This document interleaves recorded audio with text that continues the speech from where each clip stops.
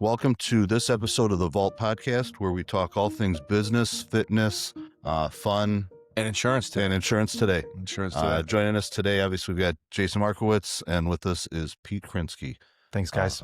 Pete, pull that microphone just a little bit closer to you. There you go. Thanks, guys. Good job. Yeah. This is good. He's a quick study. Yeah, he is. Yeah, he is. Quick. So, Pete, how many podcasts have you been on? Oh, a couple hundred. No, this is actually my very first one. First one. All right, man. This is my very first one. Which is outstanding, right? So coming into the podcast studio, a little nervous? No, very nervous. Very nervous.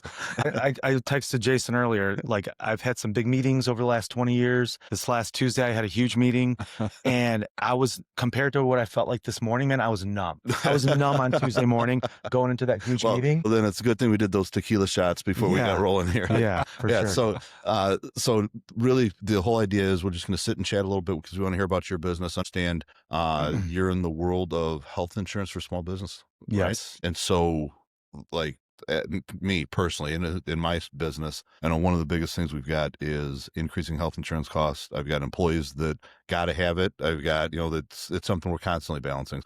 Help us understand a little bit of the magic that Think Tank brings to that's name your business, Think Tank. Yeah, right? Think Tank Insurance Partners. Yeah, I mean, 7 years ago, we started Think Tank, or almost 7 years ago. But yeah, I've been doing this for 19 years, creeping up on my 20-year anniversary. And really after, being with a larger agency for 10 years, I just felt like the focus was not aligned with what my focus was. I mean, they're driving profitability, they're driving, what's good for the agency. Placing business with certain carriers that may or may not be the best fit. My view is just kind of like life's short, and I didn't feel good executing the marching orders. I love my old bosses. I love the leadership. Like, as dudes, they're great, but the industry's just set up, in a fashion where it's easy just to like stay in a rut instead of kind of exploring. So I guess that's why when I was trying to think of a name, my co-founder, Lupe Salgado, who wants to do business with Salgado and Krynski and Associates, right? Meaning, like, the Krynski is two cool last names. Yes, they are. Yes, they are. If you don't want to do business with the Mexican and the Polak, I could totally see those names on the back of like a baseball jersey, right? I mean, that makes a pretty cool baseball team. So as like for sure, as the cleanup crew, is that what you mean? No. But anyway, yeah. So I wanted to name the agency something that had nothing to do with me or my partner, or like, it's not about us, right? A lot of firms out there, have their name in the title. And that just is like the opposite of what I was trying to exude, right? Yeah. For me, it was all about, I don't know everything about your business and I don't know your people, but I know insurance and I know where the soft spots are. And I know it's something painful that everyone needs to offer an employee benefits package to attract and retain employees, right? But there's got to be a less painful way, right? So, my tagline on the back of my business card when we first started was just hate insurance. So, you walk into a room and nobody wants to talk about insurance, and certainly nobody wants to talk to me, average looking guy coming in talking about insurance. That's being generous. I send a 6-pack before I head into me. Well, Terry looks pretty good. He's next to two funny looking bald guys. Yeah, right. He's in pretty good shape this morning. Did you guys let me know? I would have shaved my head before I came in here. But anyways, So when you talk about like insurance and all that stuff, like, from my perspective, aren't I just looking for something where most of my doctors are in network and my premium's as low as I can go? Like, what's the value that a place like you can bring? Because can I just pick up 1-800 insurance and give me some good? 100%, you absolutely can. And a lot of people just do that. I guess the value that Think Tank brings to the table is we specialize in alternative funding arrangements. So we have products, and there are products out there that exist where you could actually take the blindfold off. And a lot of people just don't know about them. And why, I'm still not sure. I'm grateful that there's a lot of, competitors out there that are not doing it. Maybe it's a little bit more work for the broker. There's a little bit more access to information, which gives you a little more knowledge, right, about your group. And knowledge is power, negotiating power. So, So when you say some of that stuff, like, help me to unwrap that a little bit, because I hear you say stuff like a broker and, kind of this look behind the curtain kind of stuff. Like, what's all that mean? Like, for me, because I don't understand that stuff. Sure. So you own a business and you need to provide, probably 70% of people in Illinois provide Blue Cross Blue Shield to their employees, right? And then you shop that insurance through a broker or a benefits consultant, something like that, right? And that's you. Yes. Okay. And that's me. So I'm the third party that listens to what you want, and then I go out and find it. And yeah, in Illinois, it's tough because a lot of times we walk into a room and they're like, yeah, we just want to stay with Blue Cross. We just want you to get us better pricing, right? Pretty popular, feeling. So in order for people to leave what they know is, a very traditional and comfortable route, like there's got to be significant savings, right? I mean, I'm not leaving for 3%, right? Yep. You're not changing my mind for 3%. Yep. It's got to be something significant. But I would argue that even if there's not a significant savings in that first year, if you have transparency in your claims, if you can see, hey, I sent the insurance company $1 million, but they only spent 800 grand. And now they want to give me a 12% increase. Well, that's right. That's how you feel. Is that what you mean by the blindfold off? Like being able to kind of really understand how the game works behind the curtain? I think just putting yourself on a level playing field. If you're self-funded, if you're large enough to be self-funded, or if you are over 50 employees, you can get some low-level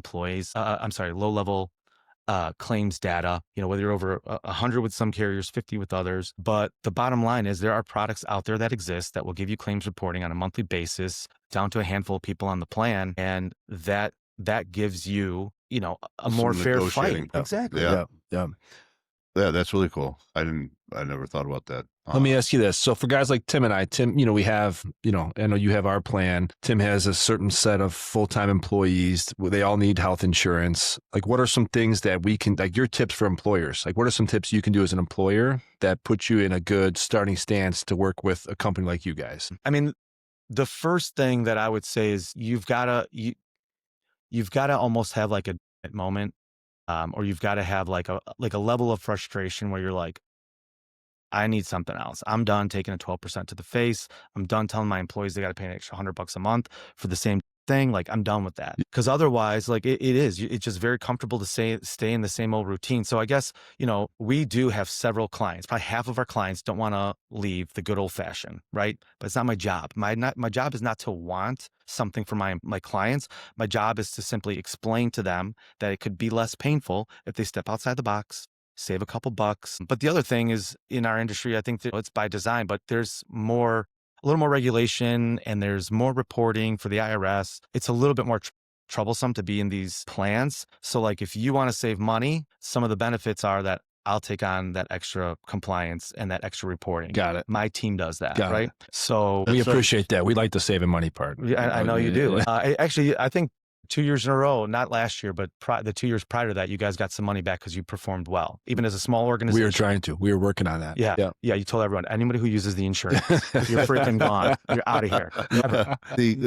But I think that's your secret sauce then, right? So when I talk about, I just call 1-800-INSURANCE, that's not the answer, right? The answer is there is a better way to do this. And you guys are kind of bringing that to the small business owner, right? It's 3 pillars. So when I talk to somebody, it's 99% about cost, right? Somewhere between 90 and 100% of what they want to talk about is cost. Yep. I view it as a third. There's 3 pillars to what we do, right? The first pillar is the actual products, the insurance, the costs of that, right? That's important. And we specialize in, I call that the consulting piece, right? But then the other 2, pillars or the 3-legged stool is service and compliance. So if you have to coordinate and pay for your own compliance, that's pain. It doesn't make you any money. Yeah. COBRA is the very basic one, right? If you have over 20 employees, you have to offer insurance to your folks that are on their way out. Yeah. It's a pain in the neck. So who wants to coordinate that? Who wants to deal with an employee who's not here anymore, right? Nobody. So anyways, they're not here for a reason, right? Yeah. So I think even though nobody wants to talk about that in the first 20 minutes of a meeting, but compliance is a big piece. Things that don't make you any money, that cost you a little bit of money, a lot of stress and a lot of time, that's something that we'll take off the plate. And the last one is service. And there are absolutely agencies out there that do a good job servicing, every time you call, they pick it up or they'll call you back in within a couple hours. But none like Krynski. Bro, nobody. Nobody does like this. No. But, what I'll say is this. It's not unique in any way in what we do. It's not. Any agency that does the same thing as us is able to do. And there are other agencies that do things like us. But what I'll say is it's rare to have the staff that we have with the experience that they have, with the amount of time they have, right? So if me and Lupe and Emiche and Serge, if we were at a larger agency, we'd have 3 times the clients. So what's rare is to have the staff with the amount of experience and knowledge that we have, with the philosophy behind it, driving that, no, we're not here to sell you the same can of corn that everybody else wants to sell you. Yep. We will, and we'll make compliance and service easy for you if you want. But like what drives us is educating you, making sure you understand your options, and I guess kind of holding your hand, because it's scary to jump away from that big blue ocean, right? So if you're jumping out of that, we're just there to kind of hold your hand and make sure that you feel safe. We explain things along the way, share the benefits of it with you. And then a lot of times people just don't go back. People say, well, what if we want to go back? You can go back any month. Any month you can change your contract and go back. But people don't. So like when you talk about this, like what comes to my mind is you've got personalized service, right? Above what I'm going to get somewhere else potentially. You've got something that's designed for me and my business, looking potentially outside of the box of where other places are looking. You've got people that know what they're talking about. So like, why don't I choose you? Like why doesn't everybody who's got a small business pick up the phone and be like, I need more Pete? Because relationships matter, right? Meaning if they like their person that they're dealing with, it's hard to talk anybody into anything. In fact, I don't think you can do it anymore. You can't talk people. And I mean, with the internet and AI and all the resources that are so easily available, if you like who you're with, you'll figure it out, right? I mean, the other reality is when we go into prospective meetings, I view it as like a public service announcement. Yes, absolutely, I want to do business with you, Tim. But if you don't, it's fine, right? So how I kind of tee up these meetings is that I just give people the answers to the test. Yep. I'll give anybody a free 30 to 60 minutes, right? This is me. Thanks for meeting me. Even if you don't do business with me, hope you feel that I'm an honest and like generous guy with my information. I want you in a better spot. And then I just kind of, make the sign of the cross and trust that it's going to lead to more business in the long run. Future, yeah. If I knew he was giving out answers at a test, I would have wished I would have known you in college. Yeah, that would right. have been super helpful. You don't know Pete in college. You did you not don't want to know Pete me that in well college. if you don't want his answers to the test in college, right? I could teach you how to bong a beer in 1.3 gulps. So it was the fastest gulp in the West. Oh wow, that's quick. West Lafayette. That's quick. That man. is outstanding. Yeah, that was my superpower back in the day. That's legit. Yeah, for that's sure. legit, man. But no, man, there's a lot of industries out there: mortgage brokers, attorneys, wealth managers, right? I mean, gyms. There's a ton of industries where everyone does the same thing. It's just, in a different way. I mean, the secret sauce is that we have the staff that is more qualified than your employee base will get anywhere else. And what keeps people from doing business with us is just that, they don't know what they don't know, or they've got a good relationship. We're not the only guys that do a good job out there. Well, but I think too, some of it is an education, right? Because I read one time, there's a book out there called The Complex Sale, outstanding. And talked about when you go in to sell somebody something, if they don't understand it, they reduce it to the only thing they can understand, which is price, or which is, and so sometimes I think people probably go into your conversation not as educated as they maybe could be, and maybe a little education that you can give them could help make even a better decision. Yeah, for sure. So that they're not looking at just the one pillar of price, but they're looking at the others too. That's kind of a litmus test for us and our sales guys. If we can't get into a service conversation, if you're not willing to engage with us in a service and compliance, and the fact that we offer some free HR technology, and that we have folks that came from PEOs and they understand the inner workings of payroll and benefits and the technology that keeps your employees together, right? HRIS systems. Like if you don't want to engage with us on how we deliver the insurance in a less painful manner, then it's not an opportunity. And a lot of times, it'll take at least half the meeting before we can get there, because they want to understand that you know what you're talking about the things that they know. Sure. If they know price and they know the face level of the benefits. I got $1,000 deductible. I got a $6,000 deductible HSA. They understand that. They understand what they pay for it. So we got to get through all that stuff, talk about that 1/3, that consulting piece. And then if they're not willing to engage with us in the compliance and service piece, they can go back to their broker who they got a good relationship with and say, hey, this guy came in here talking to me about X, Y, and Z. He actually told me there was some sort of test. These are the answers to the test. Can you get me this? Yeah. Oh, yeah, sure. I can get you that. Yeah. Let me ask you this. The future of insurance, I'm sure you're keeping an eye on kind of where the curves are going, and with AI and technology, and, it was fun, being a client of yours and hearing you describe the way you guys conduct business and seeing it in real life was fun to see, like how your name kind of and your brand comes to life through the way you guys execute, like with the team, which is really hard work, which is really fun to watch. And, we're a client, so it's fun to experience it from that side and see it. So like, where do you think it's going? Where's insurance going? What are you guys preparing for? What are you excited about? What are you worried about in the future? Yeah. So man, there was a news article that came out that talked about insurance going away. And I read the article first, and then a buddy of mine said, guess when that was, written. And it was very timely, and it felt like it was, within the last year or so. Yeah. And it was from like 1978. So I guess, where are we going? Hopefully these options that have been coming up that are making it easier to give high quality insurance continue to pop up, meaning that there's more competition that there was 10 years ago and 5 years ago, right? Other carriers, smaller solutions are figuring it out. A third party administrator is renting a network, and now all of a sudden, offering insurance to you. I mean, you guys went from at some point United Healthcare, which is the second largest carrier here in Illinois, to a company no one's heard of called Allstate, and you're like, dude, what the hell is this? Isn't that I home couldn't and even spell auto? Allstate. Yeah, right. Switched. But but when you peel it back and see that, well, it's a third party administrator. They're located in Chicago. They're renting a national network. Like all the pieces align. Like it's not that scary. Yeah, you did a great job of educating. We would have, to your point of like how you educate the client, we were on the receiving end of that for sure a couple years back. So there's a bunch of carriers like that. So I mean, I probably have 5 or 6 on top of your huge national carriers. For even for a smaller group like yourself, there's at least 5 that we're actively quoting and have business with. Some of them you have to vet out because sometimes you run into administrative snags. But what I tell customers is that's my job.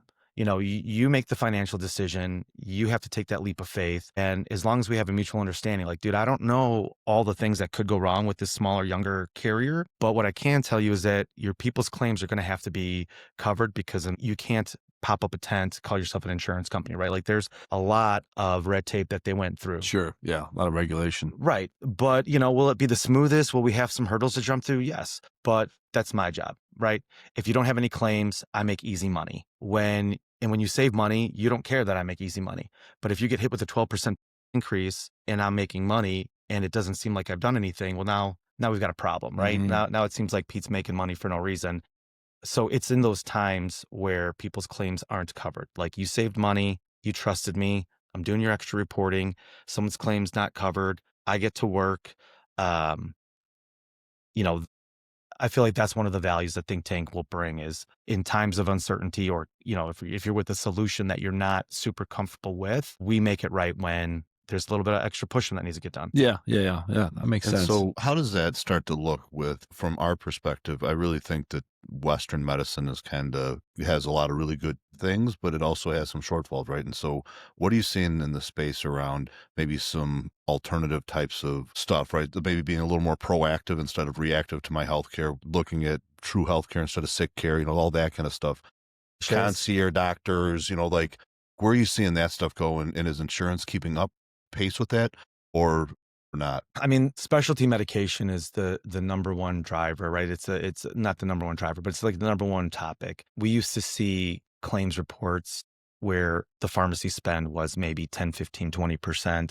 And now it's not abnormal to see a 50% spend on medical. Yeah, it's insane. Wow. It's insane. So, and is that just for like sick people that are going through cancer crap, or is it everything, Ozempic, the weight loss medications, there's like the GLPs? Yes, exactly. Yeah. There's more ways to treat yourself for the same condition than there was, 15 minutes ago. Right. Yep. So, and everyone's fighting to get those covered by insurance because why not? Right. Yep. It's easy money. But so one of the trends that I see, couple things, outsourcing prescription drugs overseas or getting it in a slightly less conventional way, I think has made a splash for sure. Jeff in my office, his father is taking a very expensive medication and he's able to get it for like 15 cents on the dollar by going through a Canadian pharmacy. Yep. And now I don't know if his doctor told him that like above board or if they were complaining about the cost of his medication and someone at their office. Whatever it was, this is a hypothetical situation that, totally that we don't know. Like for example, if Jeff in my office is dad. Yeah, that's right. Right. So no, I think that's a big driver. I mean, there are other things that have been happening, but people don't want to be uncomfortable. So, I stepped into a meeting and someone had said that there was some frustration because, the and Manjaros weren't covered for weight loss. It was only for diabetes. And then in the same sentence, they also complained about how high their claims were and that they weren't happy with their increase. So, you know, you got to walk both sides of that, right? What do you want? Do you want to give your employees the easiest access to get everything done and everything covered and no headaches? Well, there's a cost to that, right? Yeah. But I don't think there's anything wrong with sourcing prescriptions more cost effectively, because I used to know these a little bit better, but it's something like, you know, there's 7 hands touch a prescription by the time the manufacturer delivers to, you know, the end user. Yep. So there's a lot of hands in the. And every hand has to get a little paid, right? I mean, yeah, they're not doing it because it's fun, right? Yeah. They're doing it to get paid. Yeah, for sure. And so help me, like, I've always been hesitant to dip my toe into like the pool of pick up the phone and call somebody because I feel like my business isn't big enough, right?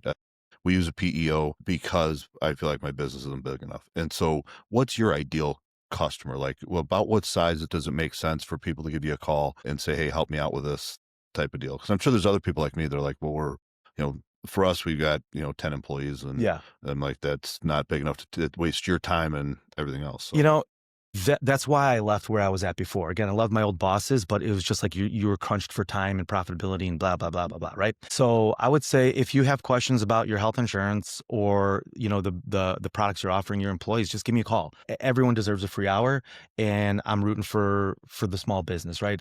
My father's a small business owner. You know, my in-laws had a small concrete business in Jack Gibbons Gardens here in Oak Forest, right? Little steakhouse. Oh, great steakhouse. Great One of my steak. favorites. Yeah. Great steak. Yeah, if you go there, get the ribeye. The Delmonico. Thank you. But yeah, no, give me a call. If I can help you, I will. And if you're in a good spot, I'll let you know. And yeah, there have been circumstances where I'll give someone advice and I'm like, you know, if you like your guy and you don't want things to be weird, just stay with them. It's fine. But I tell them you want to move to this plan here because it's a latest version of the same PPO. Yeah. A little bit less expensive. But we target, so when my guys are out hunting, it's at 50 employees enrolled to, you know, a few hundred. Then everything we offer is on the table. Yep. Whether you want to join a captive, right, where you're joining an insurance company that's owned by its members, whether you want to be self-funded, whether you want to, you know, look at a level-funded plan, or each carrier has their administrative services only types of plans where you're paying claims as you go. All that's on the table at 50 plus. So that's when things get the most interesting. But that being said, most of our clients are under that because, again, we're local. We're relationship based. And at the end of the day, we'll work with anybody that's just good people. Like, we're looking for fans of Think Tank. Yep. And if you could be a fan of ours and we could be a fan of yours, then let's just help each other out. Yeah. So nobody too small to call. No one's too small. Well said, man. Well said. How do they get in touch with you?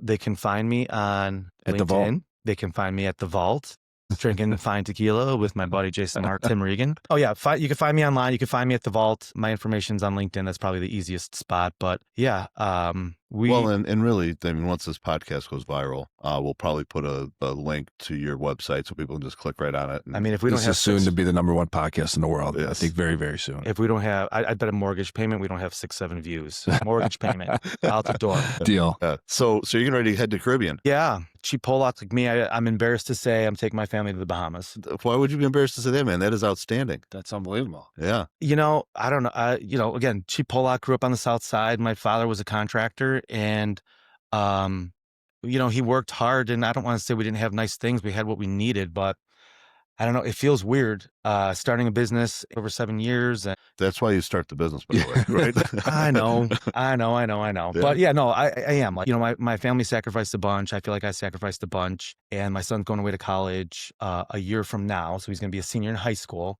And my wife was just like, dude, what?